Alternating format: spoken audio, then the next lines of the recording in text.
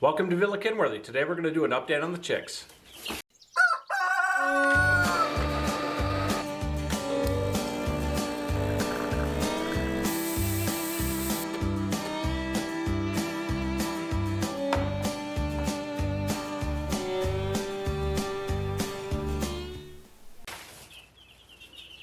Welcome to Villakinworthy. I'm Dennis, and today we're checking on the baby chicks.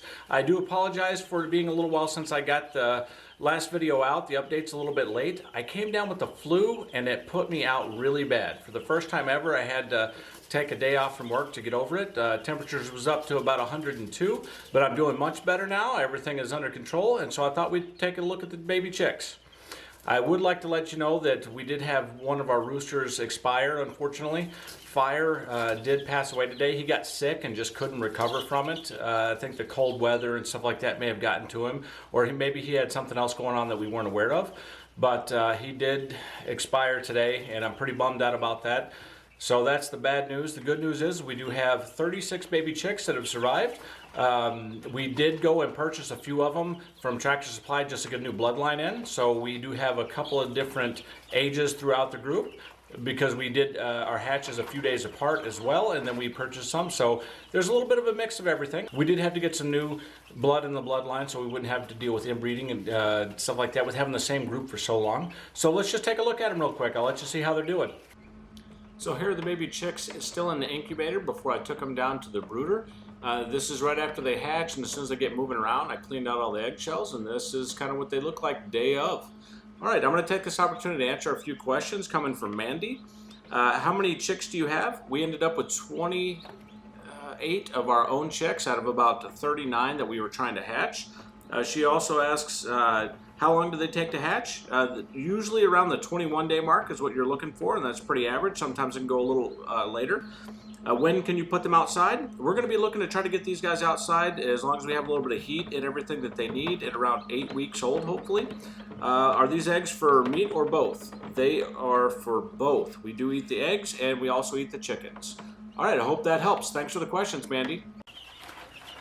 So this is the little run that I built them. I have a much larger run that's in here for whenever they get older. It's just some plywood that I put up, but then I built a small run in the inside of it just so that I could have them in here with the heat lamps. They need to stay warm, especially when they're chicks, or else they can get cold and they freeze to death. So I think that we needed pretty close to 100 degrees, and so these lights are set up. And now one of the things that I'll note is I set the lights up, and they pretty much do their own thing with creating the temperature, and the chicks will move in and out of that temperature range and help monitor their own body temperature that way. So if they're huddled underneath the lights, then it's a good temperature. If they're all avoiding it, then I know I need to move it up a little bit to help regulate that temperature range. Well, let's get a closer look.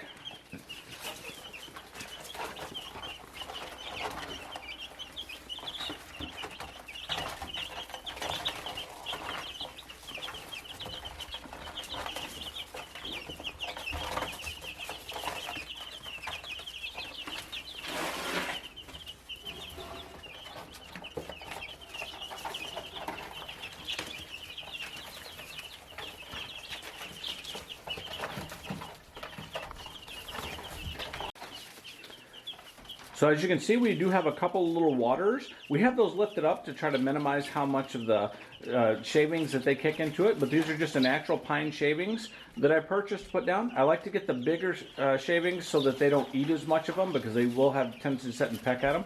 And then they have this nice little feeder. It's got enough holes in it that it pretty much accommodates everything that they need. And we'll keep them in this for several weeks until they start to get bigger, and then I'll have them out to the outside run. I'll probably set up some electricity out there with a little bit of heat if it's still cold. But they're very active. They're doing really well. They're kind of sparring and fighting a little bit. They do sleep a lot.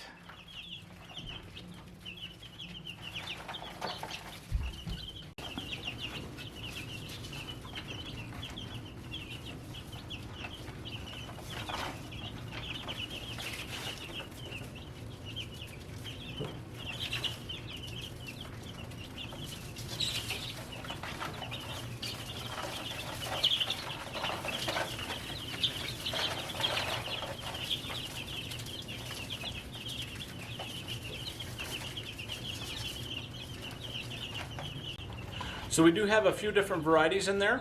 There's some Rhode Island Reds, which is what we started with. We purchased 25 of those 3 years ago when we started our first brood. And then we just purchased, I think, 4 black sex-linked females. And we picked up a few Orpingtons.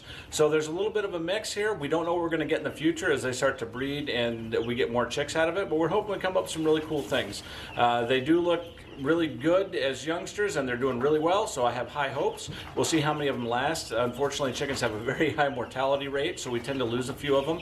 We did lose a few of the hatchlings as they were coming out. They just didn't quite have enough energy to make it, but with a few we purchased and then everything else, we're sitting at 36, so we'll see how we go with that. We'll see what they turn into. So I will go along from here. I'll keep you up to date, and as we move them out to the bigger run, we'll get to see how things go with that. I did want to let y'all know that I do have that Saltstone video filmed, and I just need to finish editing it, and I'll get that up. And then we're going to be starting to work on the garden coming up next week. So we'll start doing some videos to show you our plan for the garden, and then you can follow along with that. Thank you for tuning in. I really appreciate it. I'll try to keep you up to date. Sorry I was sick. I'll try to make sure that I do better and find enough energy to keep on going with this and get videos posted regularly. But make sure you like and subscribe, share this. If you got any questions or comments, put them down below. All right, we'll see you next time.